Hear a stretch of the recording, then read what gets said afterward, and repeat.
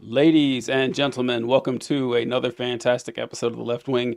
I am TJ Whitehead, powers taken, not given, joined as always by Somali pirate of the Caribbean extraordinaire John Cooper Paz of Counterpoint Politics. How are you doing today, my friend? Somali Pirate of the Caribbean. That is a movie I would watch. I don't know what it's about. I don't know what the plot is, but I mean, it is funny too because we're pirates now, TJ. Like the United States of America is in the pirate business, and honestly, it's about damn time.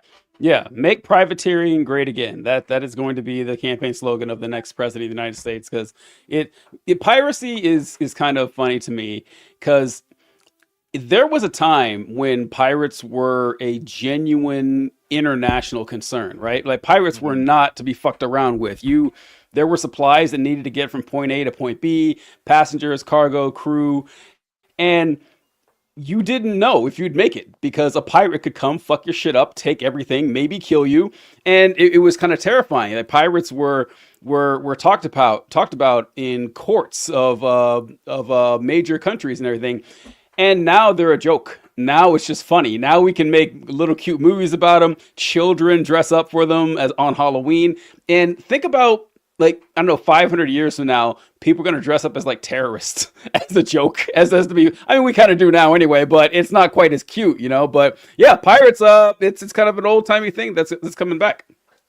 That is very funny. It would be like someone 500 years from now dressing up as like Al Qaeda for Halloween with their Exactly. children. Like it would be that would be absolutely insane. But it is kind of what we do with pirates, and honestly, they're funny. They are. But like naval everything is very interesting. Like all the laws are different. Everything like how that Russian oil tanker. I don't know if you guys have been following or whatever. Not Russian oil tanker. It was a Venezuelan oil tanker, and then it drew the Russian flag on its hull or something in order to say we're flying as a Russian vessel now. And it's like that's like a legal fucking thing. Like the flag that a boat flies is actually incredibly important. It's the only time when a flag really fucking matters. But it's very fucking important in like I know nothing about this, but I find it very interesting every time I hear about it. It makes sense because when you are on a boat, especially in the old times, you were in your own fucking world. Like there was the people who were on that boat and anyone you happen to run into on the open ocean, and that was it. That was the entirety of society. So yeah, shit had to be different. It's still kind of that way now in a lot of ways. It's I was I'm sure you're familiar with the AMC television program Mad Men, are you not, John? Mhm. There I'm in the middle of is a rewatch right now, TJ. me too. Heather and I are Oh, going through the whole we season, the should whole do show. we should do a left wing John, that left wing film club series on Mad Men. oh, Let's do it. I'd be so into that. And it's funny because I was going to bring it up to you a few days ago because we're on season 7 now. We've been doing this for a long time, and we're Okay. just now hitting the end of the show. And I have so many thoughts on what I've seen on Mad Men so far. And I thought, that would be a good left wing film club thing. But I was like, well, I don't know how recently it's. I assume you've seen the show since I John's. saw it. I watched all the way through back in high school, but this is my first rewatch. Like I've seen episodes since, but yeah. So yeah, let's do that. Once I'm finished this, we'll do a left wing film club I, on Mad Men. where are you right now? I'm wrapping up season one. Oh, okay. Yeah. So there's like, all right. So, in season 5 or 6 or something, Pete Campbell's mother dies at sea. And him and his brother are having this conversation about how it's actually hard to get any prosecution done because it's in the middle of the ocean. And who's actually going to handle this? I was like, oh, that's right. The ocean is kind of like that, where it's this strange no man's land. Literally, it's no land at all. But that's pretty fun. I'm on season 7 right now. And there was a scene when Don is in New York and his wife is Megan is in California and he's sitting on the balcony and they're playing this cover of Keep Me Hanging On by from the Supremes by a band called Vanilla Fudge that I don't remember at all, and it's awesome. I've been listening to the song all day long and it's fantastic. But yeah, Mad Men reminds me a lot of The Sopranos, which makes sense because Matthew Weiner, the creator of Mad Men, worked on The Sopranos. In that I somehow believe Mad Men is less than the sum of its parts. Like I like individual episodes more than I like the entire thing, but I really love the individual quips and episodes and everything. I think I kind of agree with that in general. But I want to get to. We already have some good comments here. Speaking of Mad Men, Colby said John loves his work so much he comes home and watches his job from 60 years ago.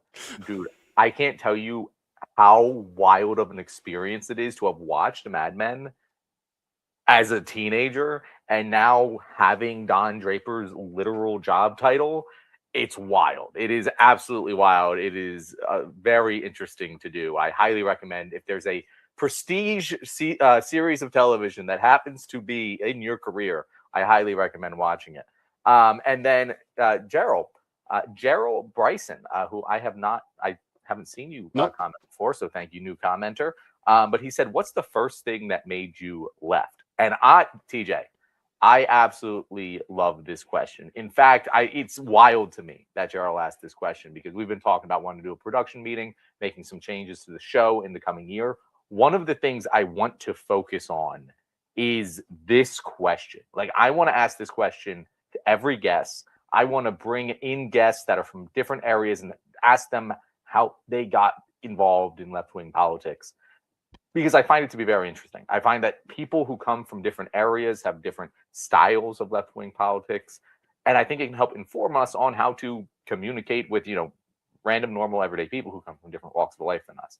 I think we've talked about this on the show before, but honestly, I don't even remember what your answer to this question is. Mine is, I actually got in. I mean, I was always left-leaning when I don't know what it was, Bush Gore or Bush Kerry or whatever. I asked my mom, "So mom, what's the difference between Democrats and Republicans?" And she told me, Democrats like to change things and try new things, and conservatives tend to like things the way they are. And to this day, not that my mom is some like poli-sci, expert or whatever, but it is maybe one of the best explain it like I'm five explanations of political realities that I've ever seen. And that's what kind of was like, oh, well, I want to be a Democrat then. Made sense to me. Never really changed that position, just changed my view of what the Democrats were.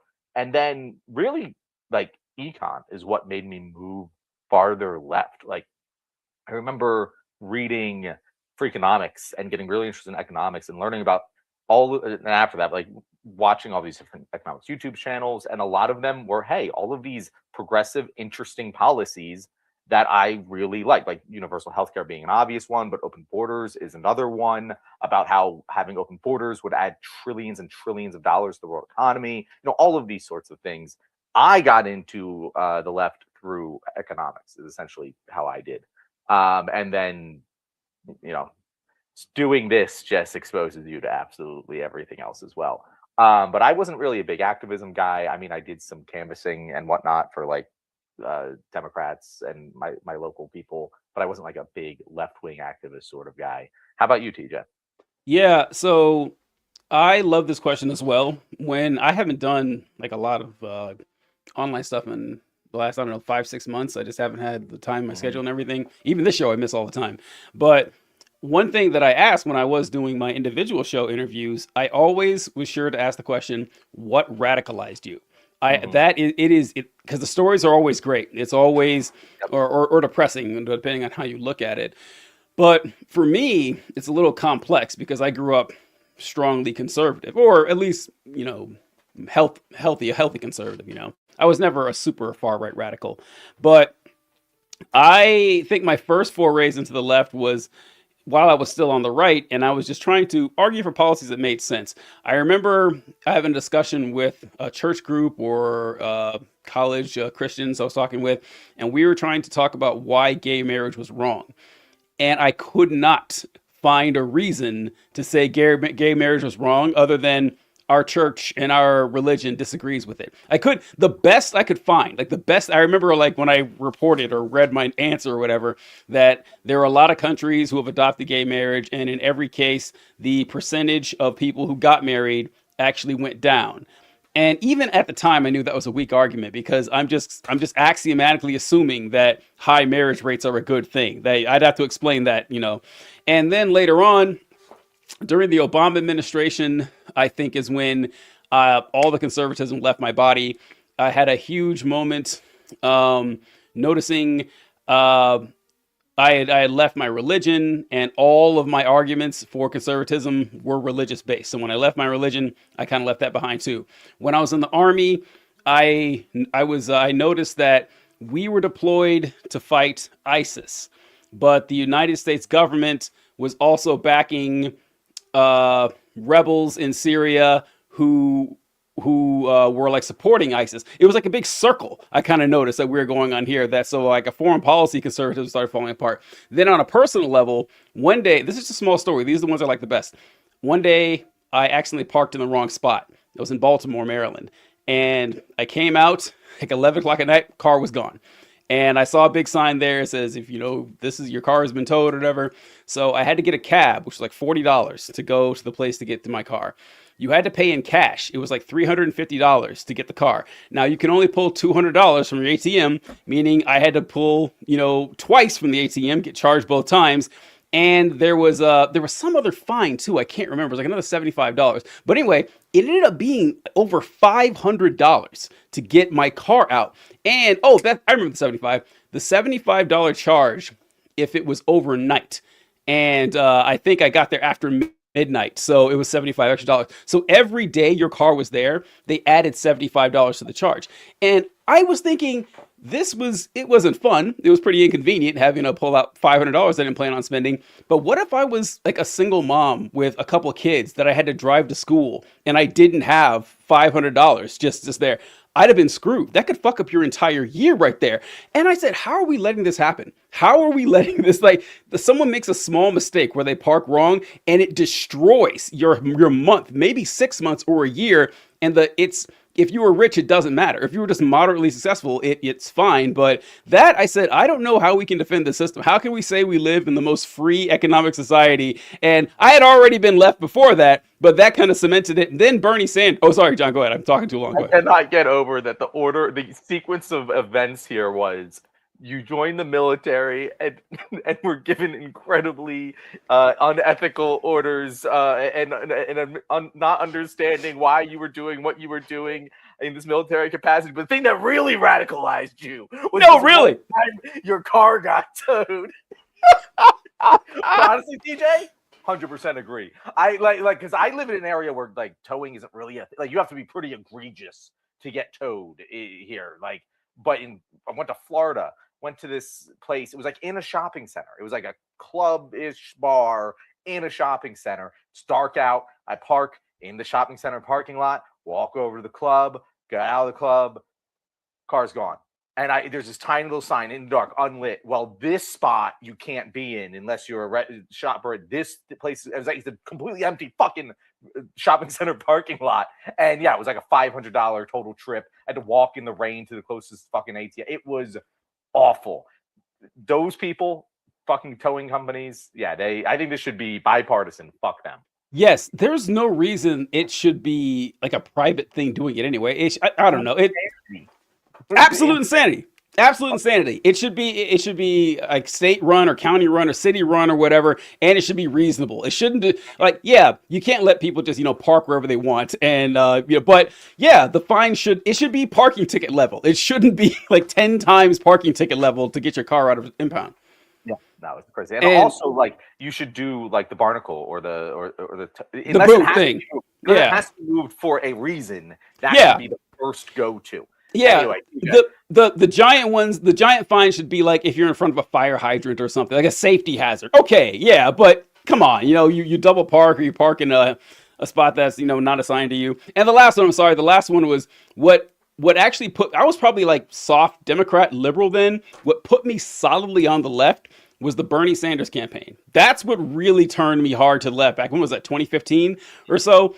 And I learned that everything I had been taught about communism and socialism was absolute dog shit. It was all lies. It was all propaganda, and everything they taught you about. Yeah, in communism, everyone shares the same coat in the shitty apartment complex, and no one gets any food. It's insanity. And so then I started digging into the econ, like John said he did when he was 9. I did it more and more and more, and it's like, okay, yeah, I can't defend anything other than this now. Be clear, I wasn't digging into econ when I was 9. That was later in life. 9 is when I asked my mom the difference and Democrats. It's probably a little bit younger than 9, but anyway. So TJ, you brought up two very interesting points there. One is the Bernie Sanders swing and momentum, and how everything was like, everything I got taught was a lie. We've talked about this on the show before. No one leaves the right and stays parked at liberal centrist. Like, no, if you speak to anyone who has left the right, they don't leave the right and become, fucking Joe Biden liberal moderate Democrats. They don't do it. They swing all the way to your Bernie Sanders wing of the party, because what they don't like about the right is it's bullshit. It's bullshit. We all say it's bullshit. We all know it's bullshit. But unfortunately, a lot of people who are like, yo, guys, the Republicans are kind of bullshit, they look at the Democrats and like, these guys are bullshitters too. I'm going to stick with the bullshit I know as opposed to the bullshit I don't. But then they get exposed to actual left-wing populism. It's like, wait, these guys aren't bullshitting. These guys, they mean what they say.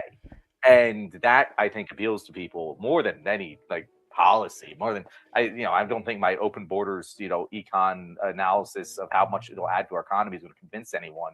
But the just or a Bernie Sanders, like, you just trust the dude. You trust the dude that he believes what he's saying. And that is so rare in politics. And that's really most of what matters. It's the same reason Trump has an appeal. I believe what he's saying. Yeah. For people who are on the right, you have a couple different flavors of it. You have, the jingoists and the U.S. America, fuck yeah, my country, right or wrong, those folks. You have the economic folks, the people who are just the little line goes right here, and that's why the poor should starve. Those type of people, and then you have a decent chunk of people who, like me, who it's kind of like a civic religion. Like you take politics very seriously. Like this is life or death stuff. Now you're rabid and insane with what you believe, but you believe it. Like it's a real thing to you. So when you become disillusioned with it, you say, okay, well maybe I was wrong about this. I'll see what the other side has to say or what someone else has to say. And then you get to the Democrat side, you're like, okay, well, this is kind of weak too. And then once again, you find something genuine. You find something like, oh, this is legitimate here. These people have been losing for 500 years and they're still saying the same thing because they just happen to be right. You just happen to be right a little too early. Like these same folks who were saying the Iraq war was garbage and they were protesting and everything. Well, turns out they were right 20 years later, but no one learns their lessons. They do the same thing. So yeah, like I can't imagine someone being a hardcore conservative leaving and becoming a centrist, because that's not who you are. That person would have never been a hardcore right winger in the first place. I always say that I was a conservative for a long time and I still think like one. It's kind of hard to settle in like gray area shit. It's very annoying because it doesn't feel true to yourself. No, that's a great point about how you were conservative and you still think like one. I never was, but we do arrive at a lot of the same conclusions for a lot of the same reasons. I think for me personally, not that like my family is conservative, but like we definitely have that more like blue collar white American family culture, and so like I think I'm just exposed to it a little bit more than some other people on the left. But either way, TJ, you did bring up a good point about how in this country we have some unfair punishments for being parked in a place where you aren't supposed to be. Has anything happened like that this week that you'd like to talk about, DJ? Oh boy. Oh man. It's I haven't been to Minnesota in quite some time, but I hear they're using federal agents to clear up traffic now. I didn't know that was something that was on their list, but what great job, ICE. Great job with your immigrant thing of stopping people who are parked incorrectly in the middle of the road. That's what you're getting paid for. Okay, so unless you've been living under a rock, what we were referring to is the killing of her last name's good, Rachel Nay or something like that. A middle-aged white woman, suburban Minnesota white woman, who was, and again, I'm still confused. I haven't seen any actual reporting on what happened before the video clip started, but she was killed by an ICE agent, and I'm sure we'll play the video clip a little bit later here. But it was atrocious. He walks up, they surround her car, try to break in. She tries to drive away. Boom, boom, boom. 3 shots. She's dead. And there's so much to talk about here. So much to talk about. And I think the first thing I want to talk about is on Monday, Tuesday, I thought that Venezuela was feeling like a Joker moment for me, where I was just like, how the fuck? How are you making this argument that this isn't an act of war to declare supremacy over another nation after taking out their leader, demanding tribute in billions of dollars of oil and saying, we run your country now? How is that not an act of war? This is infinitely worse than that. This is TJ, I can believe that like the Trump administration is thumping its chest and like doing what it's doing, trying to close ranks and defend their own. I can believe it. The things they're saying about it are so absurd. It's like they're laughing at us. It's like they are intentionally saying the most outrageous lies. Trump's tweet said that the officer involved in this was in the hospital and looking so horrific, he's surprised he's still alive. Bro, we all watched the video of him walking around like a normal fucking person, getting in his car and leaving the scene of the fucking incident.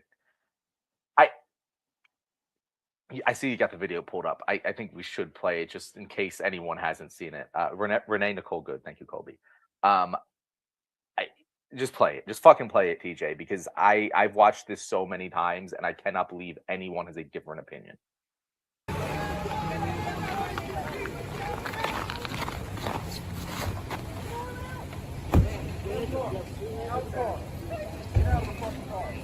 No! No! Shame! Shame! Oh my fucking god! What the fuck? What the fuck? All right. So, yeah, John, your immediate reaction after seeing that. Oh, I want to point out something too, real quick, that clearly marked federal agent vehicle right there. That obviously the people coming out in masks and with weapons are federal agents. I want to add that little detail right there. That it's shocking how common this has become. That literal men in masks pulling up with weapons and body armor, just walking out of Toyota Tundras like it's no big deal. TJ, and this is there's so much. I keep saying this because I want to focus our conversation on one topic. So let's start with that. This is something that we have been saying since I started doing this shit, that if you go around menacing people, being aggressive from the jump, in mass, armed, jumping out of unmarked vehicles, you're eventually going to hit an American citizen who's going to fight back. And I want to be so crystal fucking clear here. That's not what happened. She was obviously trying to flee. We're going to put that note in a book and we're going to get to it later. But I do want to just, even if we are going to take the narrative that she attacked them, of fucking course someone was going to do this eventually. Like they act like there is zero responsibility on law enforcement to have any sort of public safety. I swear to God, I feel like the people who are talking about this have never interacted with a cop before in their entire goddamn life. Like, I'm not saying this in like oh, well, you have white privilege or whatever. I'm just like, when I get pulled over by a cop, my heart's racing. My chest is thumping. I'm not worried he's going to kill me, but it's a stressful fucking situation already. And luckily, in my life, minus one occasion, cops have generally had good bedside manner with me. And I've noticed when they do, the entire situation is better for everyone. They intentionally, there's things that they can do to stop a situation from escalating. But showing up in mass, demanding someone get out of a car immediately, not even saying, hey, what's going on here? Why are you here? Can you move over here? No, just immediately demanding, trying to rip open their door and rip her out of the vehicle. And then we're not even getting the shooting. Let's just take the narrative that she actually ran into them at face value for now before we get to that. That's going to happen. You're putting, by having these policies, Kristi Noem is up there saying he followed his training. Well, if this is the training, it's putting everyone in danger. If this is the training that they're supposed to be doing, it is horrific training because it puts everyone involved in danger. I don't understand how you can be such a bootlicker that you want law enforcement to be treating you like this, that you want to, if you happen to be parked in a car, for law enforcement to just be able to come up, rip you out of your car and treat you like that. No, they're serving me. I'm supposed to be the one being served by them. And they treat every single person in these incidents like they're the enemy because they are being trained to do so. And that is the fucking systemic, well, one of the fucking systemic problems here. I'd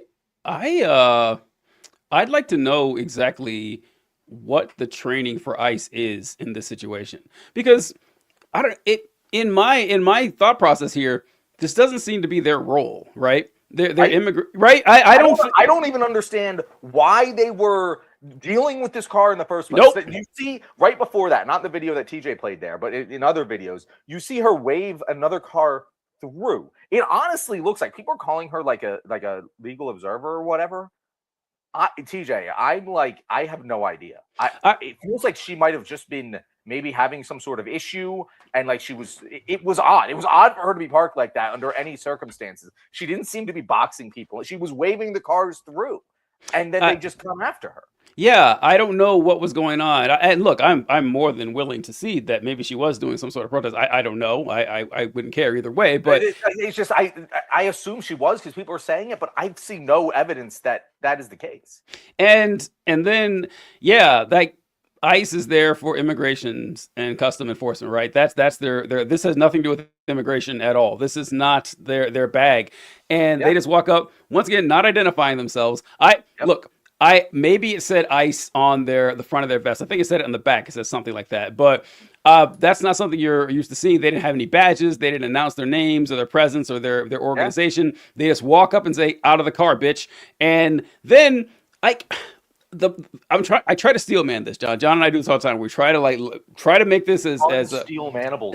They try to say, well, the guy in front thought he was going to be hit, and if you look at it, she backs up, which is odd. Like, if she was just going to run him over, why? You think that was her plan? You think her plan was, I'm going to sit here and wait for an ICE agent to show up because I know they're going to, and once those sons of bitches do, I'm flooring it. She didn't even floor it. Obviously, she was backing up so she could leave. And even if you want to think, well, the guy couldn't tell, he was a split-second decision, whatever. He was immediately ready to shoot. He shoots into the window, John. He shoots into the window. You've seen the pictures of 3 shots. We all heard it.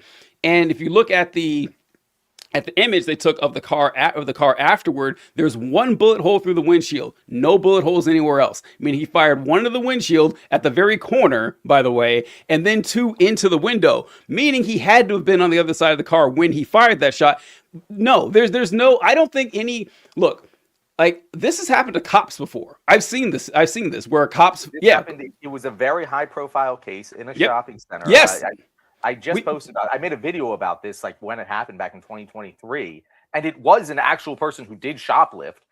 Like, they did the same thing. They stood in front of the car. They tried to pull her out of the vehicle. She fled because people have a fight or flight response. And when she moved towards the vehicle, they fired on her. And it's like, bitch, if you are going to say that if the vehicle moves forward, I need to shoot the person in that car, you shouldn't be in front of the fucking car. No, you're just creating a deadly missile that could hit any. If there had been a kid behind them walking down the fucking sidewalk and the car hit that kid, like, are you fucking serious?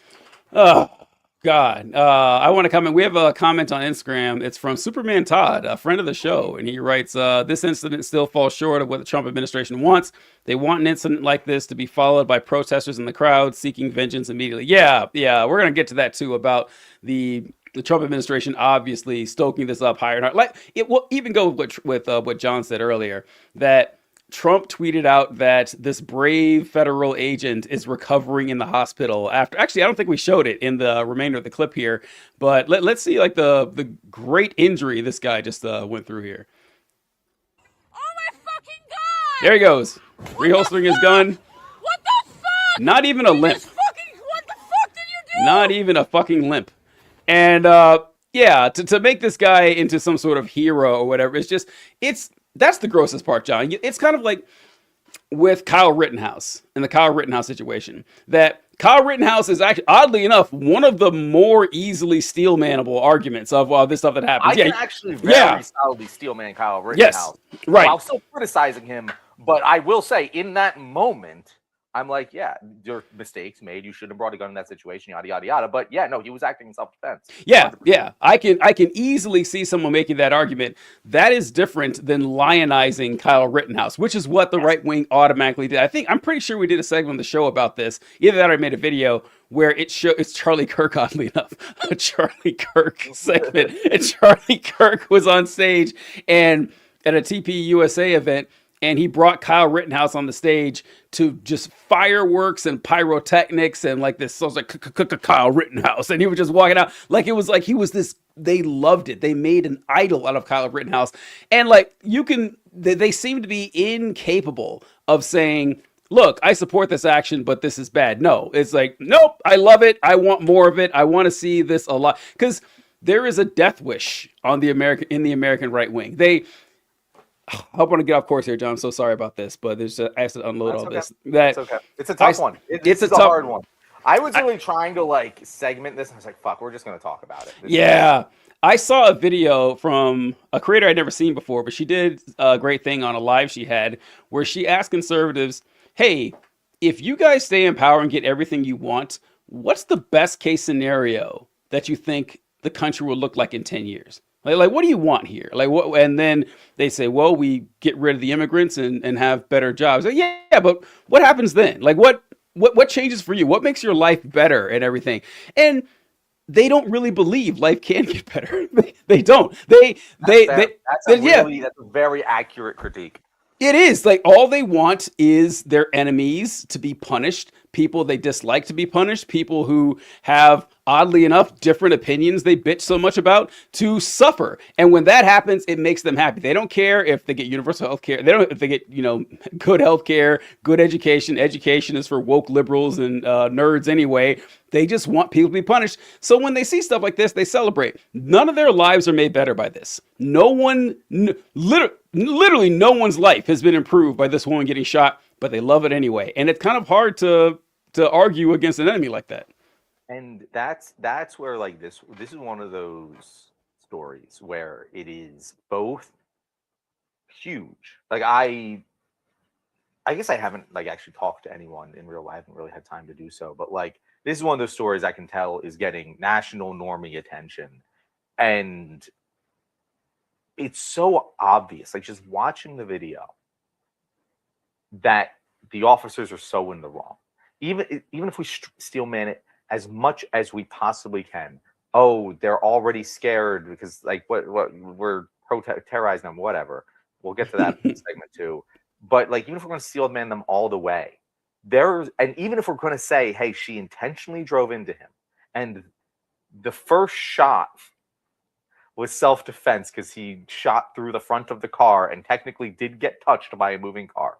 Even if we're going to be that fucking charitable, he shot 2 more shots through the side of the car into her fucking skull.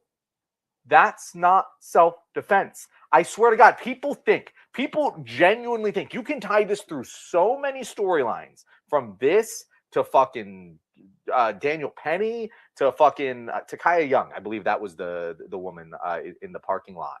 But they genuinely believe if someone does absolutely anything that isn't 100% above board legal and not threatening the officer in any way, then that person has a right to deliver whatever violent retribution that they see fit. This is genuinely the argument that they're making, because they're not even trying to say, like, they're not even arguing about whether or not his life was actually in danger, because that's fucking irrelevant.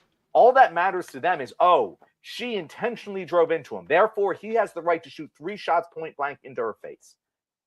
That's not how self-defense works. Even if we were going to really the most charitable people in the entire planet to ice, that first shot, maybe. And by the way, shooting the operator of a vehicle that is moving towards you does not defend you against the vehicle moving towards you at all slightest. In fact, it probably makes it a larger threat to your life. But even if we're just going to assume he's stupid and doesn't understand the laws of physics, the second 2 shots, when he is clearly and objectively, not a shadow of a fucking doubt, on the side of the car, into her head, indefensible. Forget if he's a law enforcement officer being held to a higher standard, indefensible in any self-defense situation. Should never happen. That's not self-defense. That's murder. You can defend yourself and still murder someone. I know that people are confused about this, but just because someone attacks you doesn't give you prima nocta fucking rights over them. It just doesn't. you can defend yourself up to the point where you are no longer in danger. Then if you do anything after that, that is fucking illegal and fucking morally horrific. And that is what happened here. Even the most charitable interpretation of events, that is what happened. I couldn't agree more. I want to bring up the comments from two people here. The first is Trees Top, and Trees Top said they low key just want revenge. Revenge rarely materially benefits you. That's true. Revenge is a major motivator. We've said it many times. One might say it's a dish best served cold. Yeah, this is the beating heart of the Trump campaign, of the the modern right wing movement, is just revenge. I mean, it goes all the way back to the Civil War. Honestly, it's no coincidence that if you look at a map of the Civil War states, they're all Trump voting states right now for the most part. This is all about aggrievement and about trying to assuage some sort of feelings of inadequacy or fear and finding a way to punish people. It's not about making anyone's lives better. We have an ally here, John, believe it or not. Someone who normally would not be on our side. We love to see this whenever someone who's on the right wing comes to the right conclusion. This is our good buddy Ron DeSantis, who's actually defending Renee Good right here with this statement. And we also have a policy that if you're driving on one of those streets and a mob comes and surrounds your vehicle and threatens you, you have a right to flee for your safety. And so if you drive off and you hit one of these people, that's their fault for impinging on you. You don't have to sit there and just be a sitting duck and let the mob grab you out of your car and drag you through the streets. You have a right to defend yourself. And all right. I didn't expect that from old Ron DeSantis. And of course, I'm sure you guys have figured out he's not talking about Renee Good right there. He's talking about the law in Florida they had, because it is funny that these folks, and I know hypocrisy burning doesn't matter, doesn't mean anything, but it is funny. We can talk about it. Remember, every time there's a protest of people in the streets, right-wingers gleefully talking about running them over. They cannot wait to get out there and just mow down as many people. They actually did it in, Charlottesville, Virginia a few years ago. They love this. So it is kind of funny seeing this now. Yeah, if we're comparing Renee Good specifically, because what he said there, it makes sense. I don't even support the law he's talking about, but at least the argument he's essentially making makes sense. In this situation, that is what happened. If I'm being as charitable to that ICE officer as I possibly can be, and we now know that the officer was involved in another incident where he, again, put his arm inside a vehicle and it drove off and it dragged him, which I want to be very clear is a policy issue, that is a training issue. Officers should not be putting their arms inside of turned on fucking vehicles for this very reason. Again, this is immigration enforcement. I just want to be very clear. We are not dealing with someone who is trying to apprehend a dangerous fucking criminal. This was a woman stopped on the road. There is no reason to believe she is dangerous. There is no reason to tell her to immediately leave her vehicle. There is no fucking reason to treat her as hostile. She is a normal American citizen who should be treated with respect by the law enforcement officers who serve her. But even if I'm going to say, okay, well, he genuinely believes his life in danger, he pulls out his gun, he shoots her in self-defense, okay. I'm giving you a lot of fucking charity if I'm going to believe that, because A, you are a trained officer of the law. You should not be that fucking quick of a squeeze on the trigger. And if you are, you should have never been allowed out in the field as a result of your previous trauma. You should have just not been allowed out in the field with a gun. That's obviously a failure of policing. 2, you should take less actions to escalate the danger of the situation in the first place because you are an officer of the law. And all these different arguments. But if you then, the same people who are looking that charitably on the ICE officer are looking at this woman and going, she is deranged, left-wing maniac, domestic terrorist. No investigation, no evidence. It's immediately what she is to them. And now J.D. Vance is going out there and saying she's connected to this larger left-wing terror organization that has ties with the media is helping them out. Again, there's been no investigation. There's been no evidence to any of this. And this is what they're saying about her. They're being as charitable as humanly possible to the ICE agent and given zero benefit of the doubt whatsoever to this woman who pretty clearly looks like she was parked on the road at worst and trying to flee when a group of unidentified masked men tried to grab her out of her car. If you're going to be that charitable to the ICE officer, you have to be that charitable to her. And in that situation, you have to look at it and be like, yeah, no, that was a total clusterfuck by the people we pay to protect us. And yet, here we are. They're just like, yep, ICE bad, ICE good, woman bad, in-group good, out-group bad. That's all. It's consistent, at least, TJ. At least it's consistent when you look at it that way. It kind of. Oh, heard my voice. So the echo there was weird. It's like, oh, so it is strange to. I guess strange. It's not strange anymore. This is just what we're used to seeing right now. And you were talking about the in-group bad, out-group good, and JD Vance and Caroline Leavitt saying that this is all part of a vast left-wing conspiracy when they don't know fuck all about this lady, but it benefits their group and they want to flex their muscles on this as much as they can. And what's really disturbing about seeing all this is how good they are at this. I think that after a certain time period, your morals just get to you, or just boredom of just saying, hey, I'm going to see the same shit over and over again with this. And I wanted to show this clip. I think we've talked about it before. This is your buddy, Stephen Miller.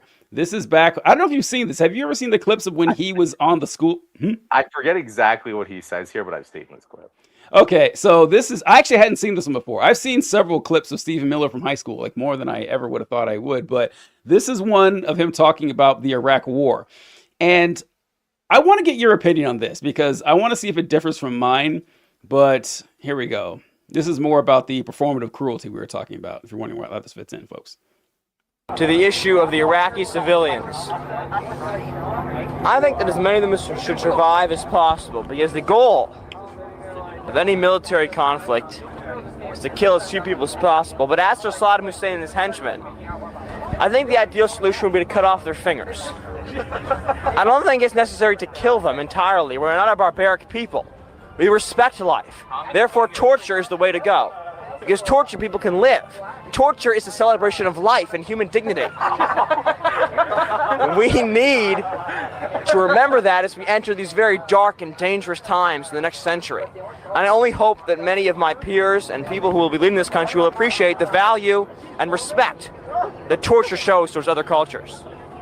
Okay, John, I want to get your unpolished opinion on what you just saw, because I want to see if it's the same as mine. I just have to know. What are your thoughts? My opinion. This is going to be a controversial. Let's go. That was a pretty good bit. Oh my God! I knew it! I knew you'd say it. I knew it. Go ahead. I knew it. Go for it. And you see, he is aware. Everyone on that bus that he's talking to is aware it's a bit. He says, torture is a celebration of life, and then laughs because it's funny. It's a funny bit. It's poking fun at, like, I would actually believe, TJ, if I didn't know that was Stephen Miller, that he was satirically making fun of U.S. torture policies in the Middle East. Like, I would believe that to my heart of hearts. Also kind of wondering why he's slurring his words on the school bus, but that's a separate issue, TJ. If you know context, I would assume that guy is, I don't know necessarily political spectrum, but anti-American government policy in Iraq and making a satirical bit about it. You know what I mean? John, oh God, I love that so much. I was like 85% sure you would come to the same conclusion I did, and I'm so happy you did, because I've seen a lot of clips from Stephen Miller as a young man, and the number one thing I'm taken aback by is how old he looked as a 17-year-old. Like we say this about like teenagers in like the 70s and 80s, how you look at the yearbooks and they look like fucking like middle-aged people. That was not the case in 2003. Most people, yes, by 2003, whatever medical advances we made, people looked normal aged in 2003. That was not the case with Stephen Miller. He looked like a teenager in the 80s. Wow, yeah, like he looks with hair. He looked old, right? And so that was the first thing that always shocks me. Second is, he's a better speaker at 17 than he is now. Like now when Stephen Miller talks, I can't stand it. I just can't. And it's because it sounds too phony. Like he has this look he gets up there, his face is always like this, and he's got like this weird lisp, and he's got the spit in his mouth. I can't stand how he sounds. But what has been consistent is the turning the malevolence up to 11 and just leaning into it. And I'm watching it, and it's like, okay, I've seen this more and more. He did the whole thing about how he's sick of picking up his trash when they pay janitors to pick up the That trash. one, I don't know if that was a bit. Like, it was so good. It's so funny. It feels so genuine, but it's also so funny that, like, I'm like, it could be a bit. I don't know. That's the thing. He is one of the people, and this happens all the time. This is how a lot of like alt-right people get radicalized. It starts with bits, and they get praise for these bits. They're good bits. They're actually usually not that bad at them. But then they get praise, and they escalate and they escalate and they escalate until they start to drink their own fucking Kool-Aid. They get high on their own supply, and they start to believe the bit to be reality. They lose connection to why it was a bit in the first place. And that's why Stephen Miller, you can't fucking listen to him now. He's not funny anymore. He's actually decent at what he does, but like not with that level of charisma and charm. Where did that go? I don't fucking know. Oh, gone. All gone. Yeah, I think you kind of have to jettison it if you're going to do this as a job 24/7. Like, I don't know how you could keep smiling doing it. Well, Walsh does it. Every time Matt Walsh opens his mouth, I can tell he knows it's a bit. Like Matt Walsh, he is also a fat fascist. Don't get me wrong. Matt Walsh, you can tell when Matt Walsh is doing a bit and when he's being dead serious. Stephen Miller, he's just evil at this point, as far as I know. He is, and I look at this face, the face of this young man right here, and I'm thinking, I always assume Stephen Miller is like an actual dyed-in-the-wool white supremacist. It doesn't matter if he believes it or not. Like, the damage is done either way. But this is a great example of how far you can get by not having morals. It's really important is that it doesn't matter if Stephen Miller actually believes this stuff or not. He was clearly doing this for the yucks back in 2003. Whether he believed it or not, and he noticed it got him attention. It got people to listen to him. There's no better feeling on earth than saying something purposely funny and making people laugh. If you can't do it, I feel sorry for you because it's great. It will open more doors for you than you could possibly ever deserve. And he realized, oh, this bit I have of being a supervillain, this can get me a high-paying job. And into the White House. Why wouldn't I keep doing it? And I'm gonna tell my wife, do the same thing, and she'll have the same cadence and the weird voice and everything. And I look at this and it's like, man, I hate that that's real. I hate that that's the world we're living in, that instead of having a job as a comedian somewhere, he's like, oh, I'm gonna go to the White House and say this stuff and not care that it actually kills people and affects their lives. That's kind of sad. Like, I think of the trajectory that Steve Miller, I think the same thing with Donald Trump. Donald Trump could have been just a reality TV guy. He could have just been a guy that stayed in entertainment because he was born to do it. But instead, he decided to go get into power and, take us all down with him. It's just kind of sad. That's the funny thing about the whole Trump saga is that like back in 2015, I don't think he ever wanted to win. I don't think he ever wanted to be president. It's just once he got in it, he couldn't. He's too much of a narcissist. He can't let it go. Like, and I understand that, but it's just a joke of reality that this is the timeline that we're in. Circling back to Renee Good. Whew. TJ, this I'm going to put a take out here. This is one of those I can't be friends with you anymore if you disagree with me on this. Like, it's so egregiously bad. Just watching that video and coming to the conclusion that the ICE officer was within his rights, and not just like being like, well, I can see like what the Trump administration is saying, that they were digging a fucking car out of the snow in this fucking place that didn't have any snow on the fucking street. That they blocked, like the announcement from Noam and the post from Christie was that she blocked the ICE agents in and was obstructing them, when clearly in the video you see her waving them on, obstructing no one. Why her car was parked like that, I don't know. Kind of weird. Who fucking knows? But the point is, Trump doesn't fucking know. Christie doesn't fucking know. And they're out here saying she's a domestic terrorist and even Tom Homan.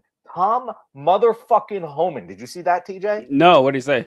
Tom Homan, who is both a terrible human being, but also a career law enforcement officer, like for real, for serious, he was like, it would be irresponsible of me to speculate as to the events of this situation as they're going on right now. There's not been an investigation. We do not know what's happening. And it's completely not in line with what Christy Nolan's saying. And we know that him and Christy butt fucking heads all the time. He is not falling in line here with the rest of the party. And I think it's because, as someone who's done this as an actual career, he understands how batshit insane what the DHS is doing here is. And he doesn't want to go down with that ship. Because let me tell you, the ship's going down. The ship, there's so much illegality going on. We are going to be learning about it for generations. Yeah, I would be, because I was watching JD Vance. I meant to bring up a clip of JD Vance too, because we're talking about people who lean into the cruelty as a joke. JD Vance leans into the cruelty, but he doesn't. He can't pull it off and sound human. I don't know. JD Vance just sounds like really demonic whenever he starts doing it.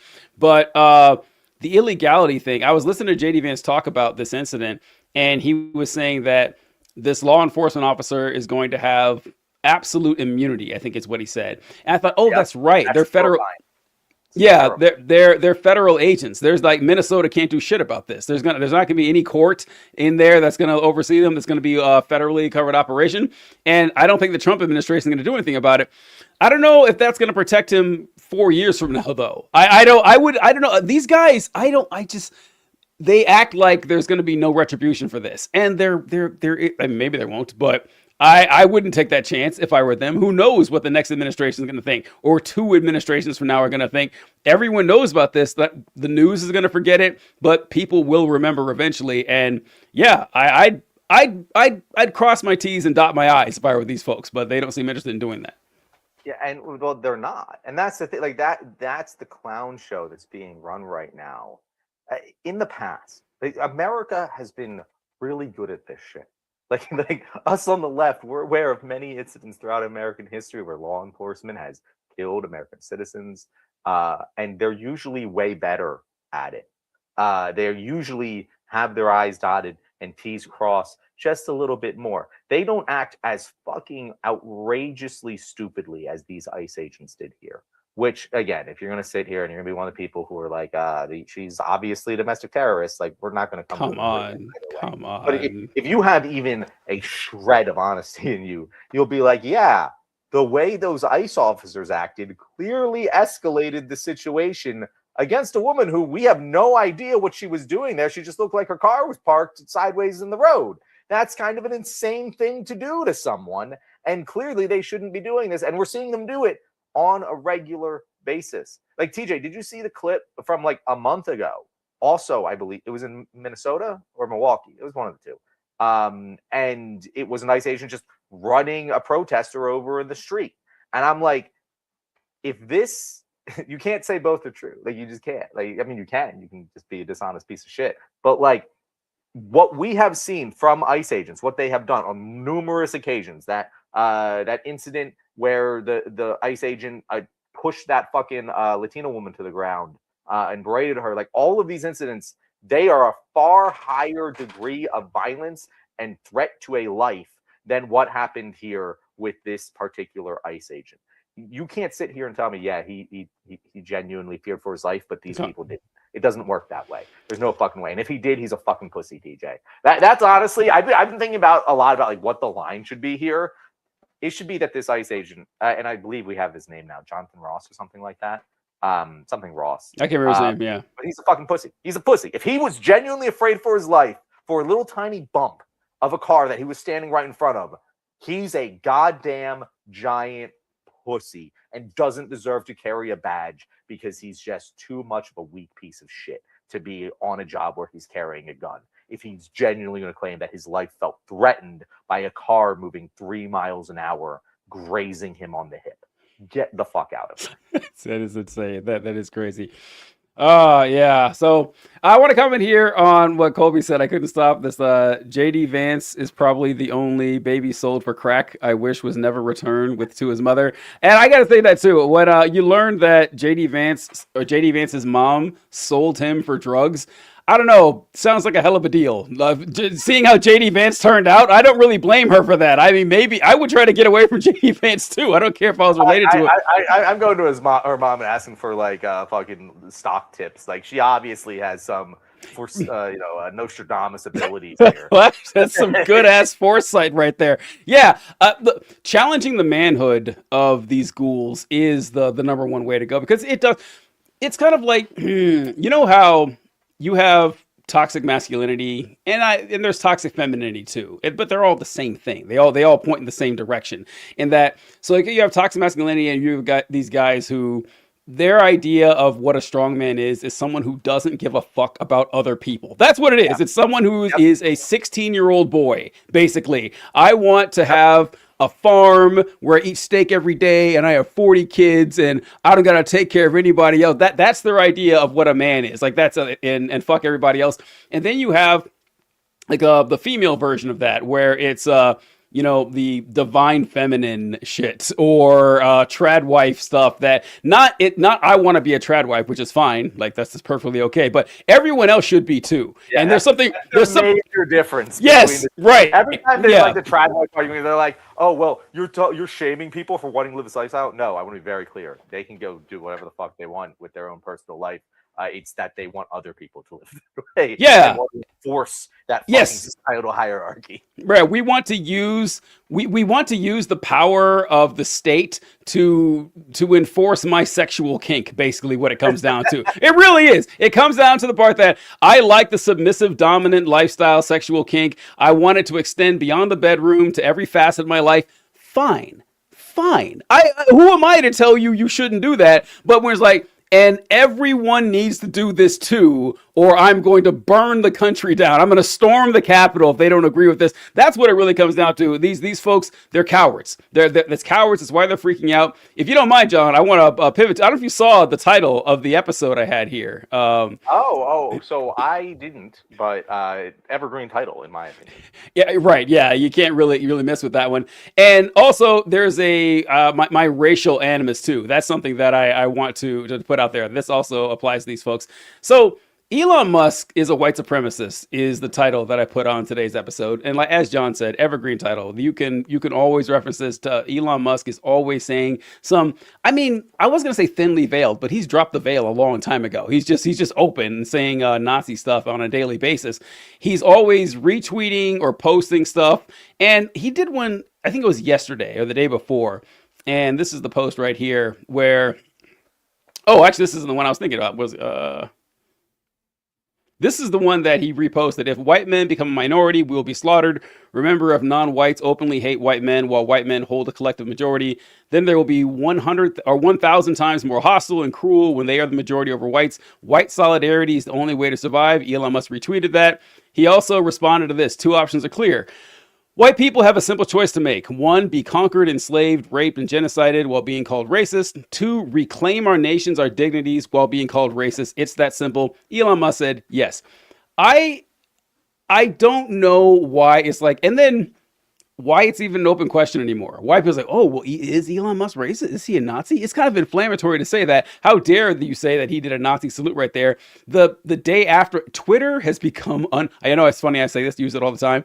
It's unfucking usable now. Twitter is just a den of 1488, day of the rope, just Nazi shit all over the place.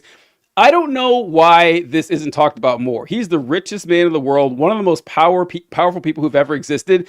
And I should be seeing stuff on the news every day about how this guy is an open white supremacist now. John, what are your thoughts? Why aren't we seeing this? Well, I think there's a couple of reasons why we're not seeing this. Like, to take that question very seriously, one, it's so open and obvious that it isn't news. Like, it's just not. If I were to see a news article that says, "We got it, guys, Elon Musk is a white supremacist," I'd be like, yeah, we know. And everyone who doesn't agree that he's a white supremacist would be like, fuck that, I'm not reading that. And so there's just no reason to talk about it because everyone's made up their mind already about it. And what are we gonna do? But the explicit meaning of those tweets that he reposted and agreed with was only white people are able to be the majority without slaughtering and raping people in the minority, which motherfucker. Like, Hilarious. like everyone in America, regardless of education level, can think of at least one instance where a majority white people committed atrocities against the minority population. But to make the statement that, well, fuck, if white people are in the minority, we're fucked. They're all going to kill us and rape us. Those motherfucking dark skins. Like I don't know what more of an example you need for white supremacy than white people are the only race that are able to be in the majority without committing atrocities against minorities. That is what he said. I don't know how much far, like, closer to the definition of white supremacy we can get here. Does he need to carve a fucking swastika in his forehead to get the fucking point across? Like, no, John. Say it verbatim to the camera. Like, by the way, I'm a white supremacist. Like, is that what he needs to do? No, Elon doesn't need to carve a swastika into his head, John. That is ridiculous. Someone should do it for him. But I want to help him out. YouTube comment. Yes, exactly. Right. Yeah. Because he's too rich. He's obviously not going to be good at and that. it's people to help him. And it's difficult, John. I don't know if you remember this, but there was a news story back in the early Obama presidency, and a conservative woman claimed that an Obama supporter had carved a bee into her face, and the cops knew she was lying because the bee was backwards because she carved it herself. Like she looked in a mirror and carved it, so the bee was the wrong way. So that's why we need someone to do it for him, because it's hard to do it yourself. You can't notice it. But I meant to do this too. This is the guy who Elon Musk retweeted. Here's a list of a few tweets that he's made in the past couple of months. I didn't do them all because I don't want the show to be taken down. But one he wrote is January 6th. The quote is, whites need to give up their power and give it to black women. Thanks, Jews, but no.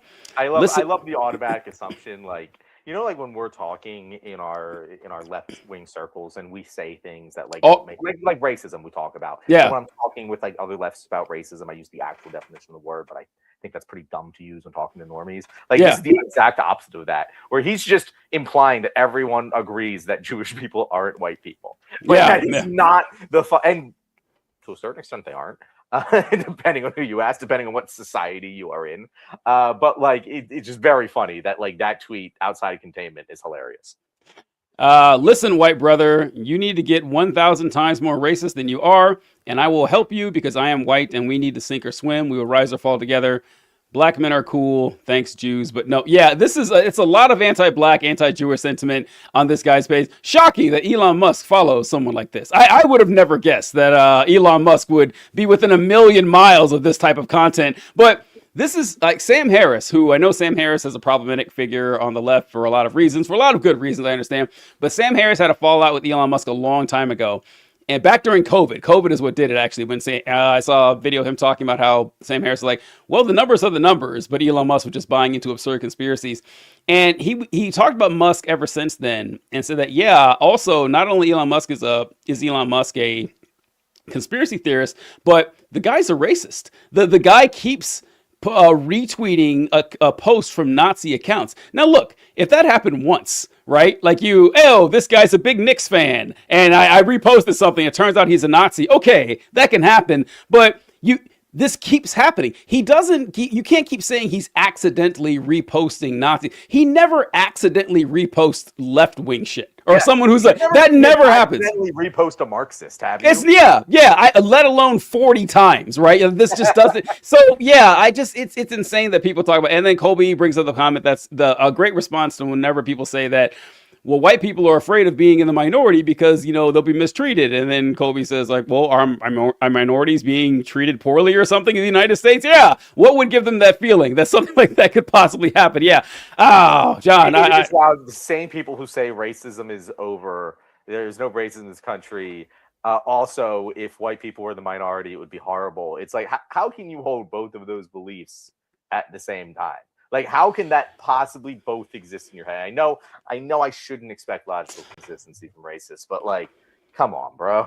Well, it's something I remember saying a long time ago, that when it comes to conservatives and racism, like their literal argument is that racism is not a real thing, but to the extent that it affects white men mostly. That's what it is. It's like, yeah, the only racism that is real is anti-white racism, which is, by the way, I saw, I don't know if I can find the comment here. It was a while back, but some guy was talking about Democrats starting the KKK, one of the really low IQ. Oh, here we go. Democrats formed the KKK, not the party. Democrats. Yeah, I read the KKK party platform. You can do it. You can search it was an actual political party, read the party platform for the Ku Klux Klan and see what they said. One of the things that they say all the time, consistently going back to the 1860s or 1880s, is that the real racism is against white people. From the start to now, that's what white supremacists say. I don't think that's something that you'll hear from the Democrats a lot. Yeah, and I also want to just point out here, just random note here. I looked up KKK party platform. First one, Wikipedia. Totally cool. Second one, the American Presidency Project 1924 Democratic Party platform. Good SEO work, American Presidency Project. That is really funny. It is good. I've done a lot of videos on this topic where I actually go point by point and read the platform for the KKK.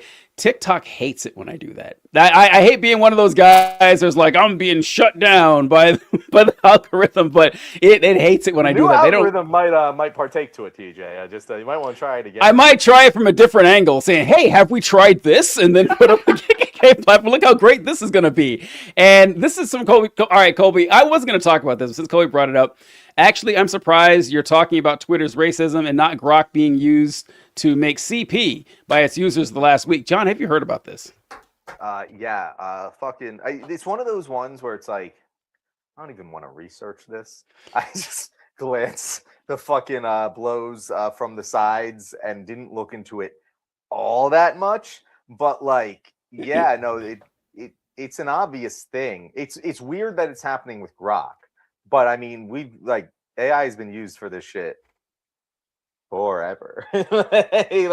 This is probably the first thing AI was used to do. Let's not fool ourselves. I don't even know. I've seen on Twitter where you see posts or whatever, and people use Grok and they show a picture of just some woman, and Grok, they're like, "Hey, Grok, put her in her underwear, or put her in a bikini, or something like that." That's happening a lot on Twitter now, and I hadn't even thought about that. The fact that they could do it to kids, that thought did not even cross my mind. And then I saw some story about it that someone posted some pictures of some young girls, and then someone asked Grok, hey, can you put them in a bikini or something? And Grok did it.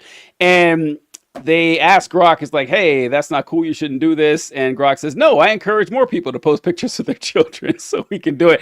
And yeah, I was just like, I can't believe this is something that I wish I could explain how I feel about this, but there needs to be a lot of guardrails on this, right? There needs to be, I am pro censorship when it comes to AI, like you would not fucking believe, because it is only going to get worse. It is only going to get worse. Any picture of you out there can be altered. Any picture of your mom, your sister, your dad, your grandma can just be, do you remember a couple years ago, there was a picture that an AI picture someone created of Taylor Swift.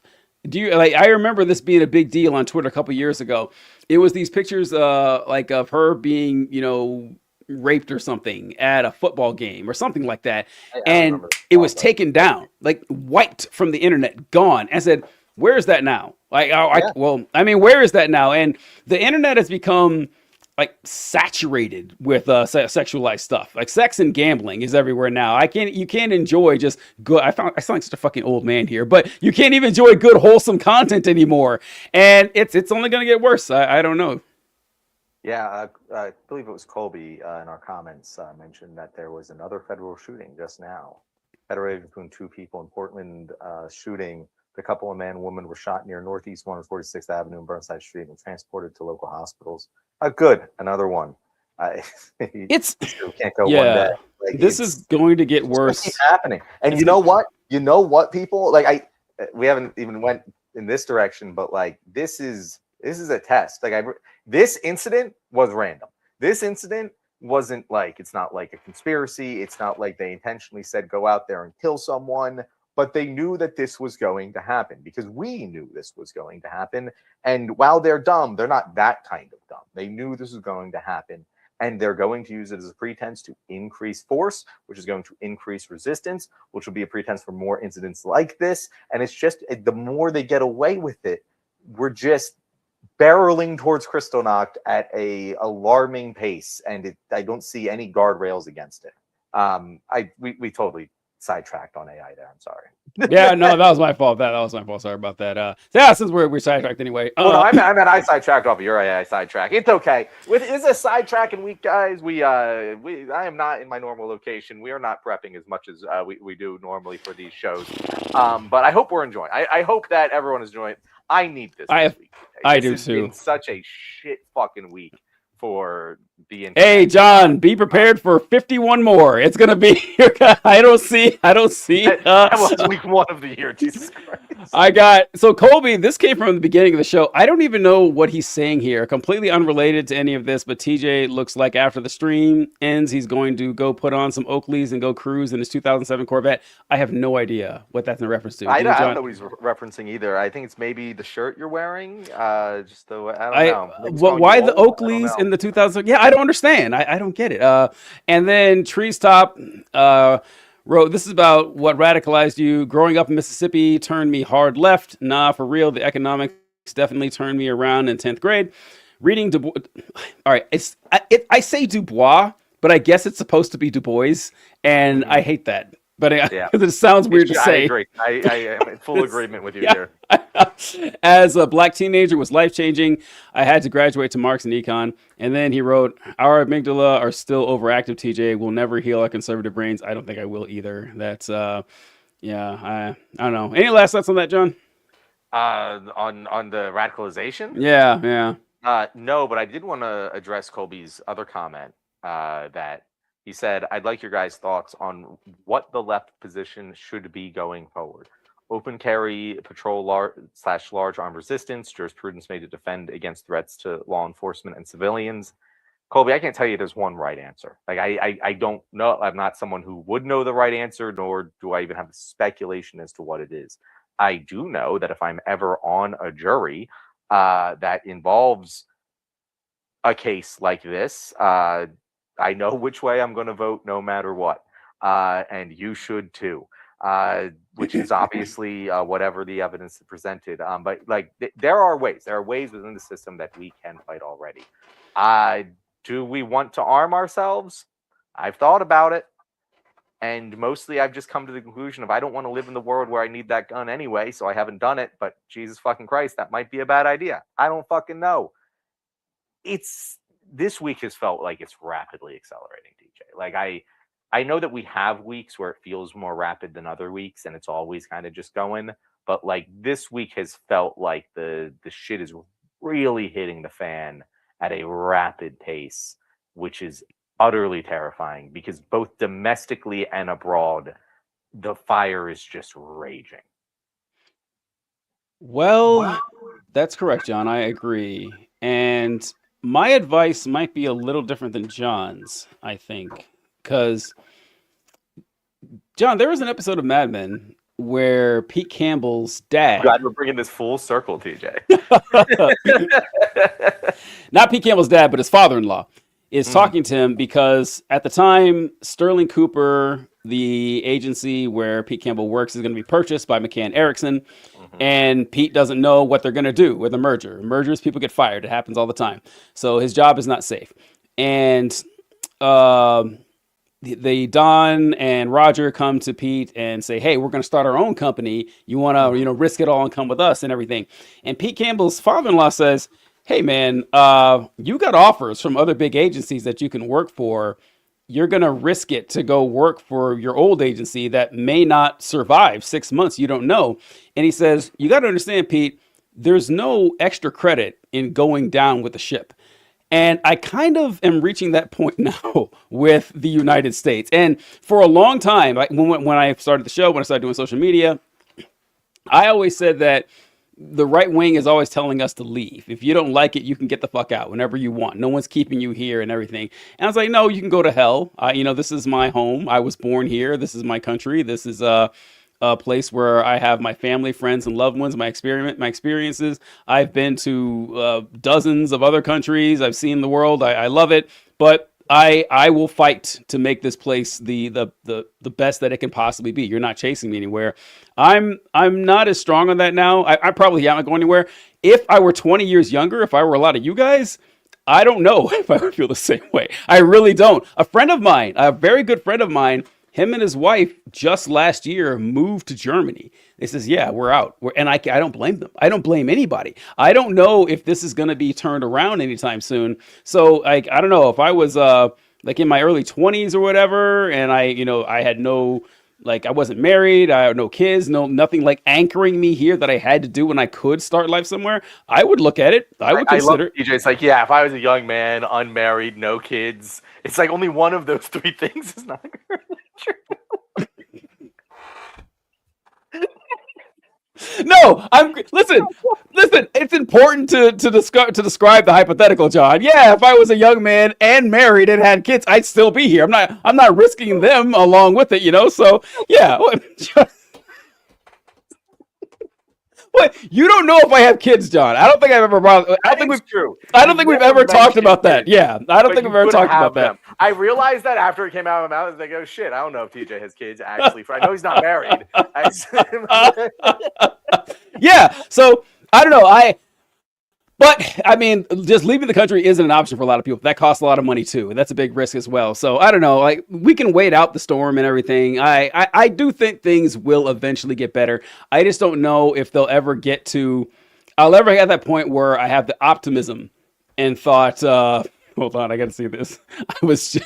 I was just scrolling and I thought the guy on the bottom was Drake. Yes, we've mentioned John White Drake many times. This is the running theme of the show. But we should do a show with special guest Drake on here. Just have White Drake. I just go by that. Like, counterpoint White Drake name at White Drake. Boom, that's a banger. And so we got a comment here from Lucas who says, "All right, I'm going to let you guys all know one thing. The United States of America will fall, not because of some outside forces, because the people dividing it into factions that can't live together." I mean, I don't think that will cause the United States to fall. I mean, the United States has been dividing into factions for a long time. We had a literal civil war. I don't think that as bad as things are right now, it's nowhere near as bad as it was in the 1960s, let alone the 1860s. It has been a hell. Watching Mad Men has really nailed this home for me. It is something that I say a lot. The 1960s had 4 major political assassinations in 8 years? Fewer than 8 years. John F. Kennedy was in 1963. MLK was 65, and I think Robert F. Kennedy and Malcolm X were 68. So in a 5-year period, like almost every year, a major political assassination. We don't have anything like that now. Like, we don't have anything that bad in the 2020s. So, go ahead, John. It's hard for me to speak to that because unlike TJ, I wasn't around in the 90s. Oh boy, yeah, oh boy. But I really interrupted you just to get that slide in. But no, I think Steve, I see what you're saying, but I think the big difference here is back in the 1960s. Yeah, there was a bunch of unrest. There was a bunch of political violence. There's more violence all across the board, and that was relative to the time, like, violence was just a larger part of American life, and it was arguably less violent than in decades before. And while you had those large-scale political assassinations and you had this wildly unfair society that was abusing people left and right and minority groups and women, whatever, it didn't feel, at least I've never heard anyone speak as though it felt close to collapse. Like, genuinely, economically, diplomatically, geopolitically, everything feels like it's close to collapse. It feels like our economy is being held up by duct tape and AI fucking bubbles. It feels like our diplomatic place in the world is rapidly shifting. It feels like economically we are being dog walked by places like China. Like, it just feels like, in a way that is different than any other decade of American life, we are rapidly declining. While there's been turmoil in the past, even during the Civil War, it just still felt ascendant. You know, like during the war, obviously that sucked and stuff. But I don't think anyone was like, well, America's done. Again, I definitely wasn't there for that one. But like, I don't know, TJ. I feel like there is a specialness about this moment in time that doesn't apply to other periods of turmoil. No, I knew. So with the 1960s, the murder rate went up. I at least that was in, yeah, that was in my head. I went and checked, and I have the chart here for, because okay, this is the murder rate in the United States from the 50s till now, I think, basically. And so in the beginning of the chart, if you guys can't see it, where is it? Yeah. So over here, the murder rate in 1950 was 4.6 per 100,000. 1960, it had climbed a little bit to 5.1, but by 1966, it was 5.6. 1969, 7.3. Go ahead. Wait a second. Where does it go down? Like what year does it go down? 1957. No. Like further in time. Oh, it started in 1999. Okay, so TJ, like I'm not like gonna say this is the case, but it looks conspicuously close to like the serial killer chart, where it's like, no, Oh yeah. we didn't have more serial killers. We just detected more serial killers. Is this an actual increase in murder rate, or did all of those women who just had bad nighttime and passed away in their sleep, oh, suddenly we have forensic evidence to identify them as being murdered? You know what I'm saying? I haven't heard that. I mean, I know about the serial killer thing you're talking about, that, you know, I'm just saying that graph looks suspiciously like that. No, but so serial killing, you know, exploded in the 70s and 80s and everything like that. But serial killers are always a part for like a fraction of murders. I mean, like serial killers, what I'm saying is that like during that time, if you look at a graph like that, it looks like, oh, there's this giant spike in the 60s, 70s, 80s of serial killers. What happened? No, there wasn't a giant spike. It's just that we were able to catch more of them. We were aware of more of them. Therefore, it looks like there's more official reported cases of serial killers. And then once we got really good at forensic evidence, they plummeted in around the 2000s. I'm saying that could be the case. I'm not even like saying that is the case. I'm saying that graph causes me to instantly be suspicious of it. I don't think so, because like I don't think the like we caught more serial killers, but they were committing more murders too. Like I don't think in the 50s that someone was hit in the head with a hatchet and they thought, oh Jesus, I don't know how this happened, and then didn't classify it as a murder. I at least I haven't seen anything like that. But the but I'm saying the 60s, like they were a time where people weren't sure what was happening in the United States. Like, I mean, if the president got shot and his brother, who was a senator and attorney general, got shot within like 2 years, that would be a big deal. Like that would be even the rise of the civil rights movement.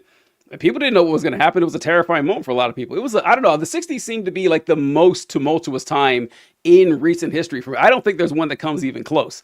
And that's so, I can look more into it though. But I would say maybe the Cuban Missile Crisis being maybe Cuban Missile Crisis, another time. That one's for real though. Like that one, people really misjudge how close we were. When I learned how close we were to the Cuban Missile Crisis, like actually happening, and it was honestly just one guy deciding not to fucking launch a nuke, we came that close to fucking humanity ending. I have not been nearly as confident in our ability to maintain ourselves as a species ever since then, because it honestly surprises me it hasn't happened already, DJ. Like they meant to text the signal chat, but they actually texted the nuclear launch guy and they said, yeah, do it. And then boom. Yeah, I don't know where it's going to go from here, but now we'll just have to see. This is, I want to pivot real quick because we're almost running out of showtime here. I wanted to show you this clip with JD Vance right here. Not JD Vance, I'm sorry. What's his name? Who's the Speaker of the House? Mike Johnson. And this is talking about like ending the world and stuff, because this comment that he made right here, when we got people in charge saying this shit, why not? Okay.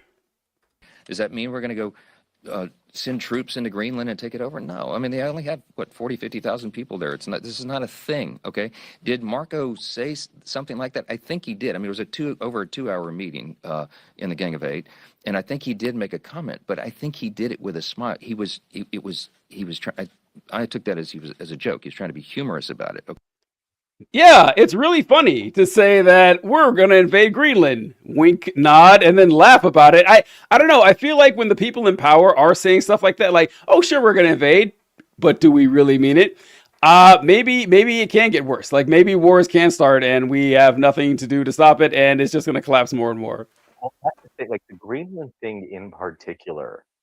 We said this on Tuesday's show. The Venezuela thing, as much as it is a really bad thing and it should be taken seriously, I don't honestly expect it to be because who's going to come to Venezuela's aid? And as that sucks, that's terrible. But if we were to just conquer Greenland, I mean, maybe Europe just puts down. I don't know. Like that would be a situation where suddenly I'm worried that we're starting a world war with people who are formerly our allies. Like it's insane. It is such an insane thing. The fact that they're joking about, oh, he's just joking about it. I don't want my head joking about that. I don't want him doing that ever in any situation. It's kind of like when I'm like in a group of children, and I'm like, oh, I'm the adult here. I have to say responsible things, which I might not say, with my buddies. If Marco Rubio is saying that, like, whatever, he's just a dude fucking around with his buddies, sure, but he's the Secretary of State acting in his official capacity as the Secretary of State in a Gang of Eight meeting. He shouldn't be making jokes like that. It's just irresponsible because we've seen all of the horrors that we've seen in the last, like Venezuela started as a joke, ICE started as a joke, mass deportation started as a joke, tariffs started as a joke. All of these things start canceling the elections. Trump's joking about it now. Ha ha. He's going to fucking try and do it. He's joking about running for another term in 2028. He's going to fucking try and do it. Whether he's successful or not, I don't know, but he's fucking serious. I'd like to see a joke these guys are actually joking about, TJ. I'd like them to point me to a joke that these guys made. They're like, haha, it's a joke that actually ended up being a joke and not a real fucking thing. Because it all looks fucking real to me. It does. It does. And the one thing that we mentioned on the show about what might save us here is that there's no obvious heir to the throne. That's the only thing that's really say what, John? It is the crux of fucking narcissistic despots that they never elect an heir. Look, it turns so many of them to dust. This is I'm sure I've said this on the show before. Sorry if I have, but it is the one thing that if you read about the life of Julius Caesar, it is just a murderer's row of hits, just home run after home run. The guy lived. He's a legitimately impressive person that every time someone writes about him, it'll be his subordinates, his superiors, his friends, his allies, his fucking enemies. They're all like, yo, this guy's got it together. All right, this dude knows what he's fucking doing. But out of all of Caesar's accomplishments, the best one he ever did was picking the right successor. That fucks up so many leaders throughout history. And what's crazy about, I can't believe I'm doing this. What's crazy about Caesar's successor, he knew when it was his nephew and adopted son, Octavian. Yep. He spent the summer with Octavian when Octavian was like 14. And he said, this kid's a genius. This kid's got it. This kid has there. He had like Mark Antony and Lepidus and like he had all these people around. He's like, nope, I'm going with this ninth grader. This guy knows what's up. And he nailed it. Say what? He was right. He was right. He nailed it. Octavian was emperor of Rome for 50 years, and he was the first emperor of Rome, and most historians say he was the best one. He was the best one. So yeah, the fact that, Trump is no Julius Caesar. But anyway, this is a good example of this. Have you ever heard of this content creator named Clavicular, John? Have you heard of this guy? That is a name that recently popped up for me. What did he do? Have you seen him before? I'm seeing his face. He said something. Fuck.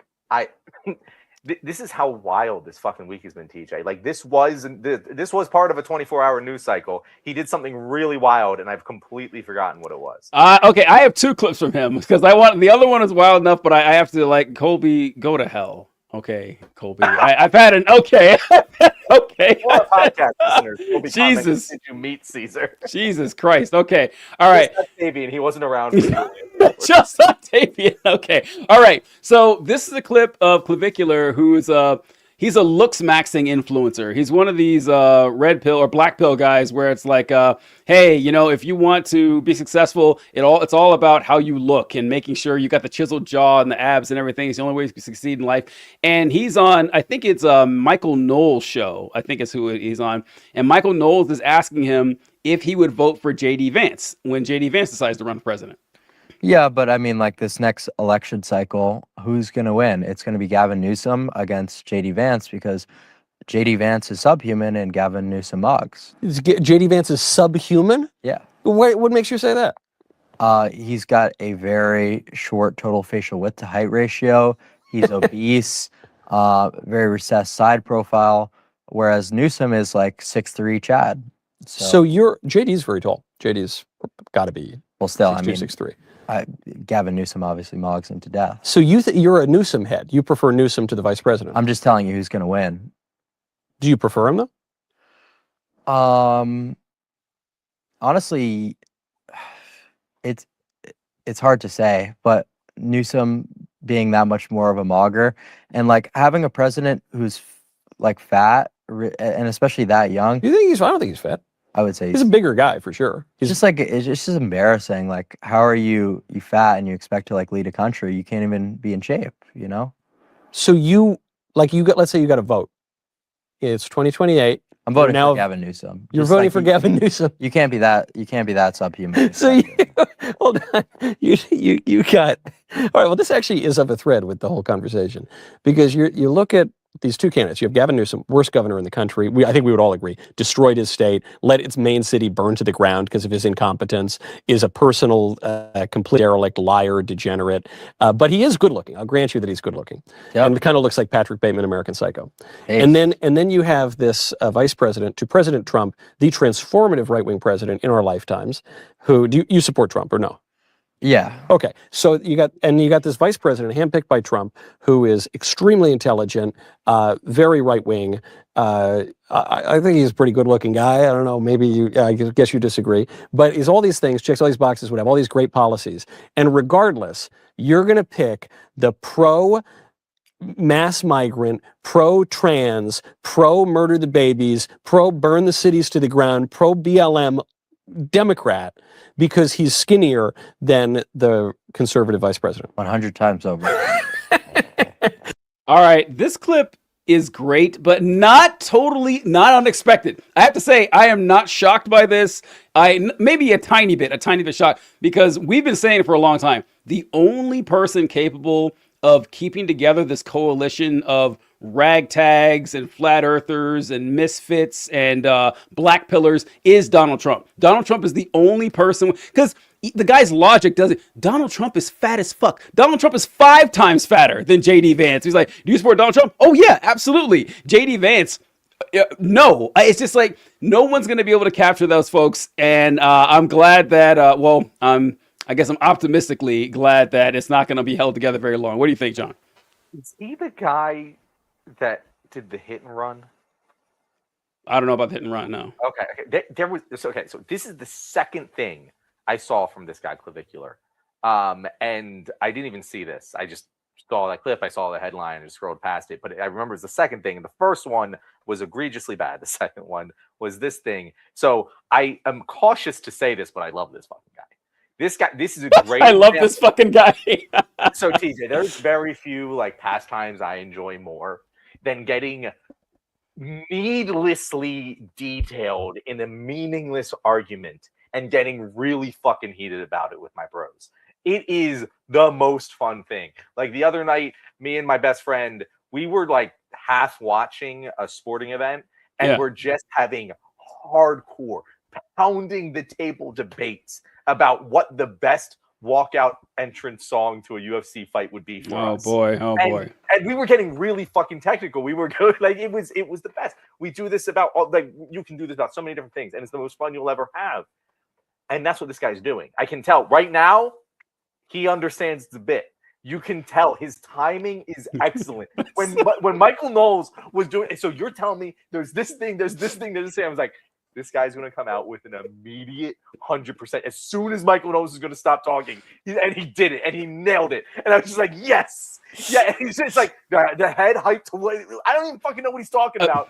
I fucking love it because he's right. He's right, TJ. He's right. He's right. That's the thing. And Michael Knowles is like, how could you possibly? I'm like, Michael Knowles, how can you not possibly understand that he's right? He's 1,000% right. It can be that simple. And he makes it more complicated because it's fun to. But what he's saying is right. I'm sure he says horrible things, rage bait content. Oh, God, yeah. I'm sure he doesn't believe most of them right now. And he'll continue drinking the Kool-Aid. And as he loses influence, he'll blame other people and point it outwards or whatever. And it's going to be bad shit. But right now, that clip, I love that guy. I would hang out with him all day. Michael Knowles, I hate that guy. Who? Michael Knowles. Jesus. Have a beer with Michael you know, Knowles. that's, yeah. All fucking night. That's a tier list that we said we do sometime, like right wingers we would actually hang out with, like have a beer with or something. That'd be a great one because we're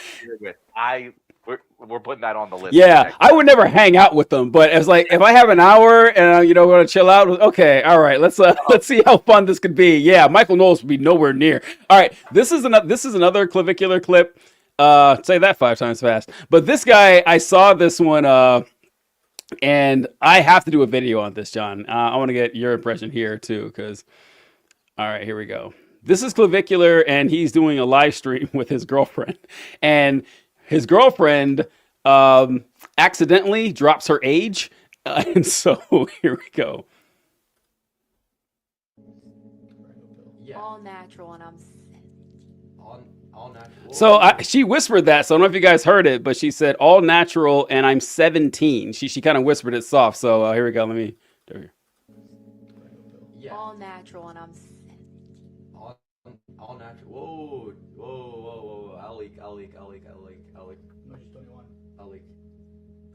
All right, so I saw that, and this is a clip from last year, and my immediate thought was, well, yeah, I'm not surprised by this either, that a creep like this is dating a 17-year-old. That's not shocking. I could have called that, a mile away. However, it continues, and I got more shocking information. Okay, here we go. Get in the car right now, or I'm done. I'm on stream on W17, bro. Bro, 17 is fine, dude. Get out of here, buddy. I'm 19. It's 2 years difference. She's turning fucking. This dude is 19. John, I heard this. I was like, I would have bet anything that this guy wasn't a day younger than 26. I could not believe this. I was like, man, that is and I would have said he's a good looking guy, but man, that is a rough, it's hard to say. Like he looks way too old to actually just got out of high school or something like that. I was surprised. Yeah, he was. You got to see this. I can't believe you haven't seen this. I'm sharing this now. Okay, here we go. Okay, doing clavicular today. Clavicular content, yeah. Love him. I'm loving. Okay, the clip I'm about to show. Okay. Stop loving him. I promise. Oh, here we go. But that Here we go. Like, I'm 19, bro. It's like. That's fine. There's no problem with a 19-year-old dating 17. No, I was just surprised to find out he was 19. I was like, oh, okay, yeah. That's like he cares. Like I'm like, I respect this guy's game, and that is he's 19. He hasn't drank the Kool-Aid yet. That's why it's working. Check back when this guy is 26, and we'll see. Yeah. But this clip I'm about to show you, and by the way, Mark said, "Hey guys, vibes better today." Honestly, they kind of are, TJ. Because the last 15 minutes or so, I think when we even when we started, like we haven't gotten as heated as we were with Venezuela, and the news of today, like Mark, we already did it. Go back and fucking watch the show. I don't want to get into it with you, but like it's just like I actually find it. I'm past getting too upset about this because I'm just like, well, you're not arguing good faith if you disagree, if you agree with Trump on this. Like you just are not arguing. There's no way I have to treat you like a human being whose opinion matters if you agree with the Trump line of reasoning on the shooting. But yeah, anyway, that has made my spirits much better. But here is, this is the first thing I saw about this guy. And then suddenly he's been all over the place on my fucking feed. Not all over the place, but I'd never seen him before. And here he is. So I'm just going to play this. Oh, what the hell? Stop. What happened? It won't let me. Fuck, it sent a security code. Look, Well, while John's working on that, I'll go. Go ahead. Colby wrote. I'm only pulling this up because of what Colby talked about here. TJ, did you know the guy who chiseled out that review about the low quality copper? Lame joke, Colby. Lazy, low hanging fruit. But I am always here for any conversation about that interaction where a guy bought some low grade copper like 3,000 years ago and chiseled out a bad Yelp review, and people still see it today, like still taking sides on who was right, the guy who was selling the copper. Have you seen that, John? I've heard of this. Oh, it's great. There's so many memes for it. I'm in. So okay. This is clavicular. This is like earlier this week, I feel. It wasn't that long ago. Here we go. I'm just gonna play it. Oh shit, no, this is the whole New footage has surfaced of a well-known online personality, Clavicular, allegedly running down someone on a live stream. He has a Cybertruck. You got to be and kidding you hear me. something get hit. So it looks like the car ran over, and Clavicular looks like rather calm, almost this is the unbothered. actual thing. I'm sorry, guys. This is terrible television. But he just runs over a dude with a car, and then just like he deserves it. Like he just straight up. It's. I hadn't heard about that. I am not surprised to see him driving a Cybertruck. Here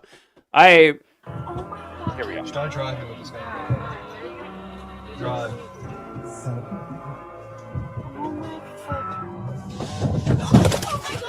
Oh. What? What? Oh my god. Oh my god.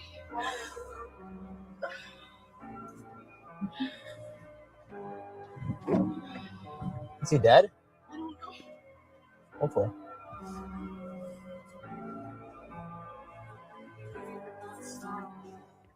It takes all the effort in the. I want to run each and every one of them over. No, John, I haven't seen that. Yeah, no, that makes you not like him, right? That one's really fucking bad. Yeah, but that could be a stunt. That could be. My mind immediately went to stunt because like he's too calm. He's too calm throughout that entire interaction. But like, if in either case, it is actually fairly. If it isn't a stunt and he's able to be that calm and able to be that much of a fucking Patrick Bateman, pretty impressive to do that in a real life situation. Absolutely psychopathic, but pretty impressive nonetheless. To act, if it is a bit, to act that well, for everyone involved, the camera work, everything, fucking wonderful. Like, but yeah, I don't think that was a bit. I think he was fucking high as shit and hit the guy and ran him over on purpose. The cameraman reaction sounded weird. Sounded real. Like when she screamed, that sounded real. But that I mean, may not be in on the bit. She may not be in. See, John and I, we got it. We got the eye, man. We got the eye. We already tracking for all this. Because look, when you consume a lot of this stuff, you need it.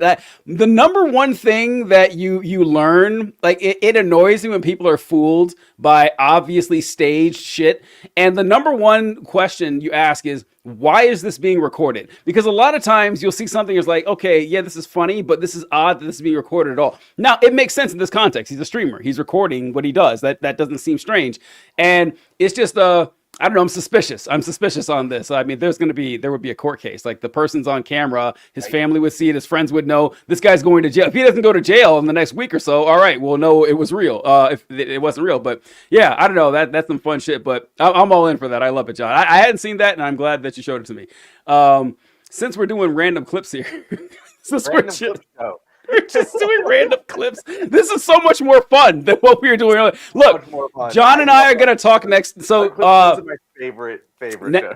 Next week, John, I'd like to do the powwow and everything about stuff for the show. I'll be traveling next week. I'll be out of town all week, so I might not be able to do Thursday. But anyway, I can't remember what I want to talk about. I can't remember what I was going to say, but it was going to be about more fun stuff and everything.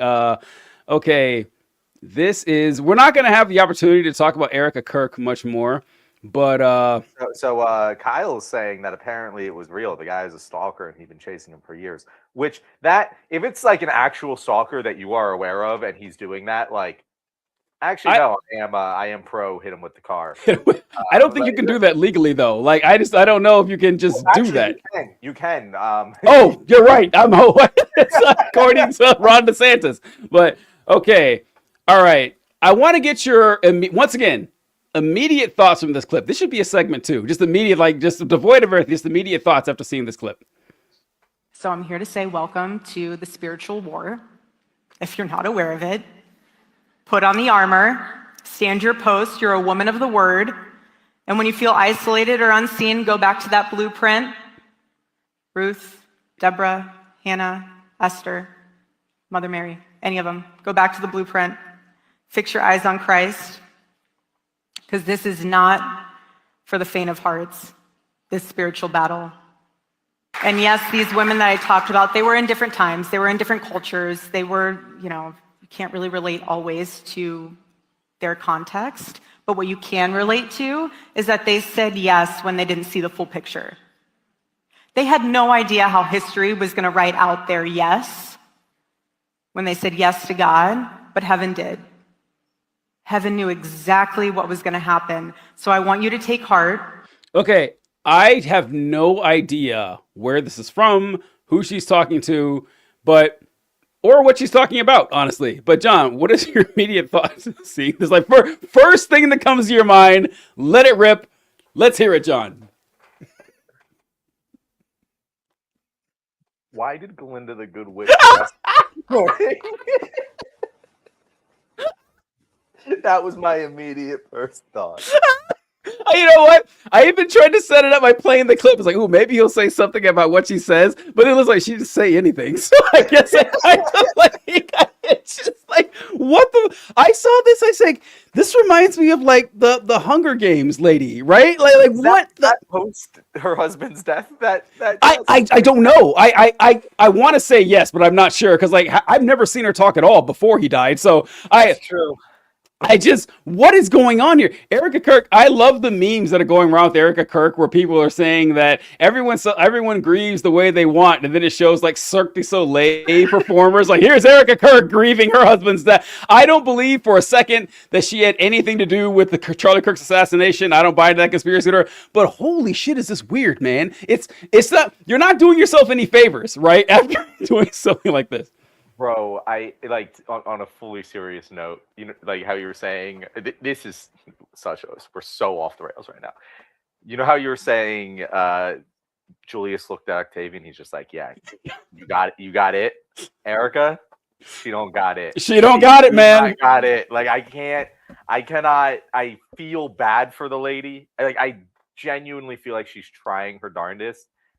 And honestly, I feel like she like just like nuts and bolts. Like there's nothing about it. I'm like critique. I'm just you just don't have it. You just don't have. She doesn't have it. She don't have it. You're not made for it. You don't got the juice. I'm sorry. No, we see people in this game all the time, and very quick when someone has it. You even know when someone has like a sprinkle of it. And it's like they're a potential. They're a development project, but they could get there. Like Clavicular. Like I was like, this guy's got potential. He has it. I don't know how far it will take him. He hasn't reached the potential yet, but that kid 19, he can get there. Erica Kirk ain't got it. I'm sorry. This it's just, I don't know, like level player at best.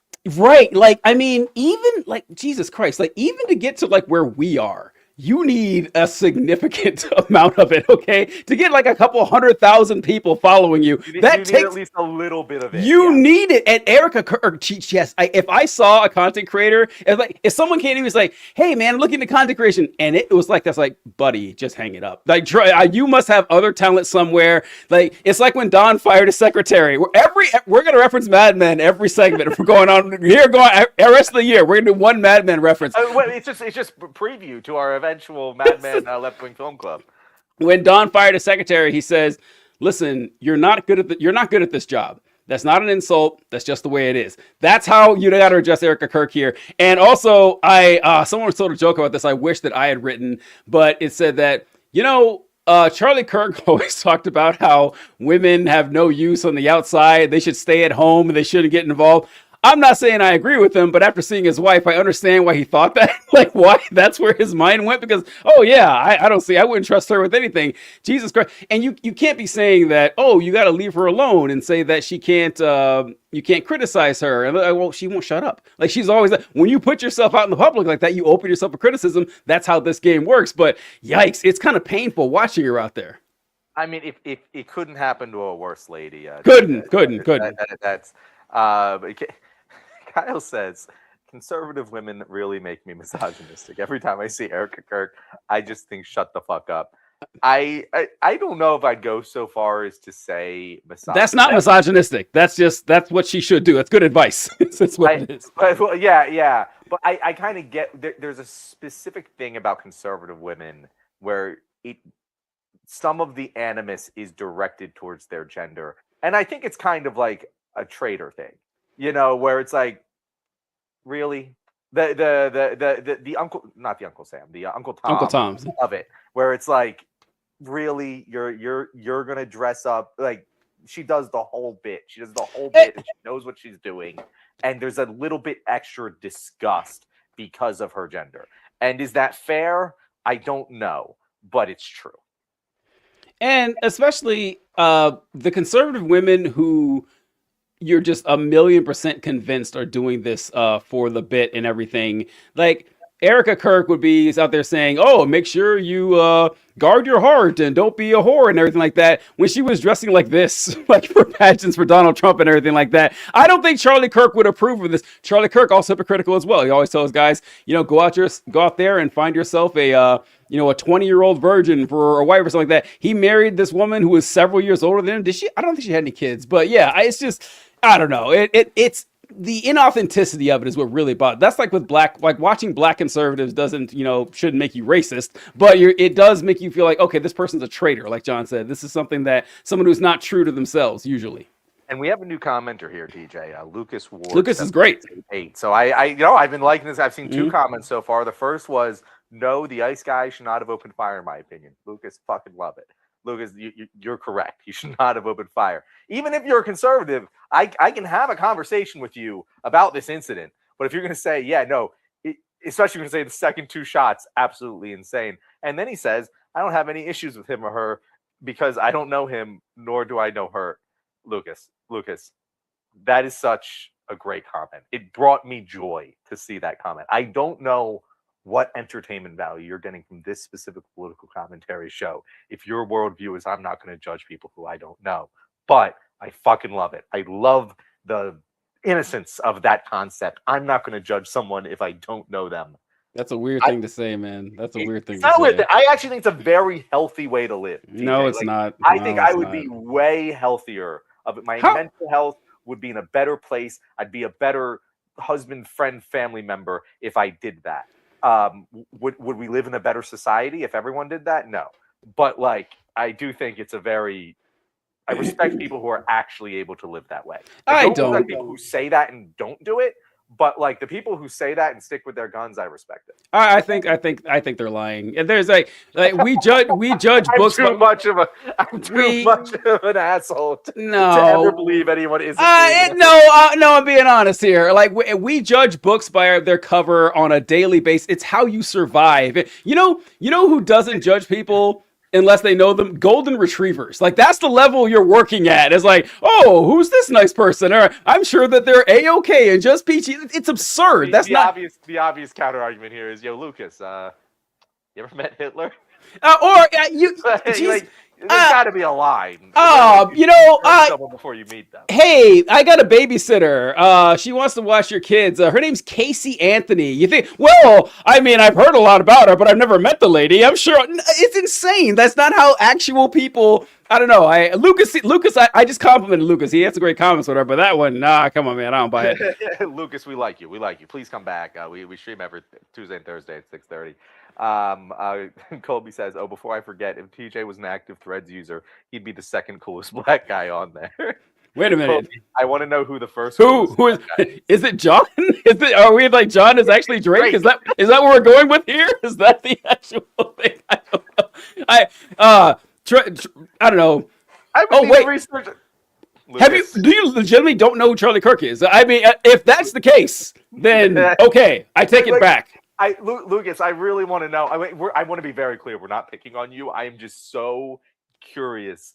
If you don't know who Charlie Kirk is, how did you get to this live stream? That's what I was like, yeah. What made you click on this live stream right now? It was our Julius Caesar talk. That's what brought him here. He's a big ancient history guy who stumbled into our Caesar. Oh, I love more of this stuff. Who's this Charlie Crick? Like, who's this guy they're talking about? I'm not sure. And all right, Don Cheadle is who Colby said. Look, I've never much cared for Don Cheadle. I gotta say, I don't understand why Don Cheadle is like regarded as the caliber of actor that he is.